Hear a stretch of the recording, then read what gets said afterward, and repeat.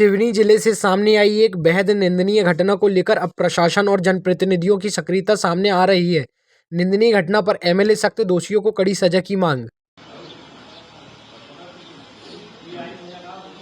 बर्रा गांव में गौवंश की हत्या का मामला सामने आया है। इस पर क्या कुछ कहना चाहेंगे? इस पर पुलिस ने कार्रवाई तो की है।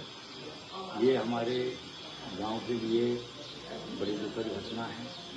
हम सब लोग बड़े व्यथित हैं, दुखी हैं कि हमारा गांव आज से नहीं बरसों से धार्मिक वातावरण में रहा और हमारे गांव को आदर्श ग्राम का बहुत पहले दर्जा मिला जनपद छपारा में। आज पूरा गांव शोक में है, दुखी है कि हमारे गांव में जो अहिरवार परिवार रहता है उस परिवार में सिर्फ एक बूढ़ी वृद्ध माताजी रहती हैं और उनकी बहू रहती हैं विधवा। सास बहू दोनों रहती हैं। पूरे गांव से उनका पालन होता है, पूरे गांव के लोग उनको सहयोग देते हैं, साथ देते हैं। पर कल रात में उनका एक रिश्तेदार जो गणेशगंज का है, रामकुमार अहिरवार, और एक साधक सोनी का जो मुझे जानकारी मिली राजकुमार अहिरवार, उनके रिश्तेदार थे, दमान थे। और दमान चूँकि सास बहू रहती थी तो अक्सर उनका आना जाना होता रहता था, पर इतना ज़्यादा भी नहीं होते रहता था। वो पिछले दिनों कहते हैं आए, 4-5 दिन से यहीं पर थे और उनका चूँकि यहाँ से बरसों के रहवासी हैं वो, और उनके 2 बेटे थे। एक बेटा शांत हो गया, एक बेटा उनका भिलाई में रहता है। बड़ा परिवार था पर करीब 30-35 सालों से वो यहाँ पर सास बहू अकेले रहते हैं। दमाद आया, 4-5 दिन से यहाँ रह रहा था और कल उन्होंने एक बचिया को उन्होंने ये वारदात कर दी।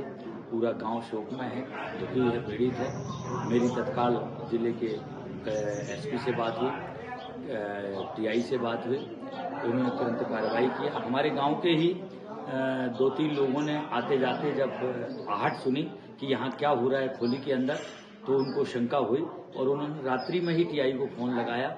टीआई ने सजगता के साथ मामले को संज्ञान में लिया और तत्काल यहाँ पर आया और गांव के आखिरी छोर में टोला जिसको कहते हैं, टोला में ये अहिरवार परिवार रहता था, वहाँ पर ये वारदात हुई और उन्होंने तुरंत जो वारदात कर रहे थे, जो दोषी थे, दोनों लोगों को पकड़कर पुलिस में ले गई। एसपी से मेरी चर्चा हुई, मैंने उनसे एक ही आग्रह किया कि कठोर से कठोर कार्रवाई होना चाहिए, कठोर से कठोर उनको सजा मिलनी चाहिए। और उन्होंने ऐसा क्यों किया? हमारे गांव, हमारे इलाके में कभी ऐसी परिस्थितियां निर्मित नहीं हुई। आखिर में वो हमारे गांव के नहीं थे, हमारे गांव कैसे आए? रिश्तेदारी के कारण आए। रिश्तेदारी का फायदा उठाकर उन्होंने इतनी बड़ी वारदात को अंजाम कैसे दिया? उनको कहां से सह मिली? इसके पीछे उनकी मंशा क्या थी? इसके पीछे उनका उद्देश्य क्या था? मैंने जिले के कप्तान एसपी से बात किया, टीआई से बात किया कि इसकी सूक्ष्म जानकारी इकट्ठी करना चाहिए कि आखिर कर एक धार्मिक गांव में, जिसमें कि हमेशा धर्म का काम होते रहता है, मेरे गांव में सुबह 4 बजे से ब्रह्म मुहूर्त में हमारे गांव के पुरोहित जी उठते हैं और माँ भगवती की पूजन अर्चन करते हैं। हर 15 दिन में रामायण मंडली का आयोजन होता है। आज से नहीं, बरसों से हमारा गांव बहुत धार्मिक आस्था का केंद्र बिंदु रहा है, धार्मिक धर्माचार्यों का आवागमन रहा है।